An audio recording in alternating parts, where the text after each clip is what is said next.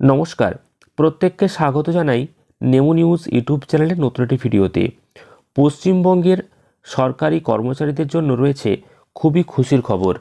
এবার এই জানুয়ারি মাসেতেই ডিএ বৃদ্ধি সংক্রান্ত খুবই গুরুত্বপূর্ণ একটি তথ্য প্রকাশিত হয়েছে এবং সেই বিষয়কে নিয়ে আজকের এই ভিডিওতে বিস্তারিত আলোচনা করব। অবশ্যই গুরুত্বপূর্ণ ভিডিওটি শেষ পর্যন্ত দেখবেন।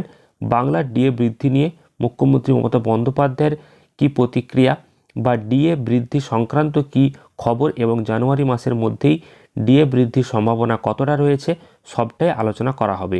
তার আগে এই ভিডিওটিকে লাইক করুন এবং পরবর্তী আপডেটগুলো সবার আগে পেতে চ্যানেলটিকে সাবস্ক্রাইব করে পাশের বেল আইকনে অল প্রেস করে রাখুন।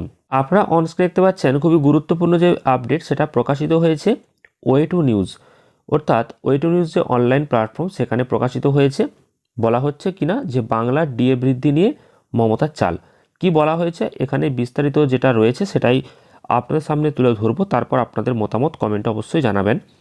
বিধানসভা নির্বাচনের আগেই বাড়বে বাংলা সরকারি কর্মচারীদের ডিএ, অর্থাৎ বিধানসভা যে নির্বাচন হতে চলেছে তার আগেই বাংলার সরকারি কর্মীদের ডিএ কিন্তু বৃদ্ধি পাবে।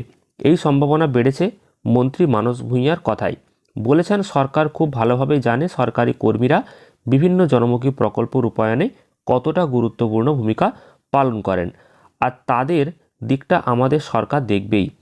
অলিখিত প্রথা অনুযায়ী প্রতি বছর জানুয়ারি মাসে রাজ্য সরকারের পক্ষ থেকে ডিএ বৃদ্ধির ঘোষণা হয়।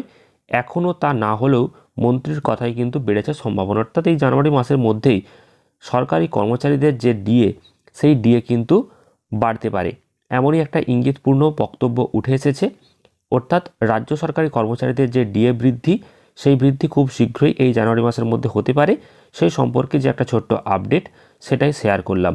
তো আপনাদের মতামত অবশ্যই কমেন্ট করবেন, আর পরবর্তী গুরুত্বপূর্ণ আপডেটগুলো পেতে অবশ্যই চ্যানেলটিকে সাবস্ক্রাইব করে পাশের বেল আইকনে অল প্রেস করে রাখবেন। এছাড়াও ভিডিওটি প্রচুর পরিমাণে লাইক এবং শেয়ার করে দেবেন। ধন্যবাদ।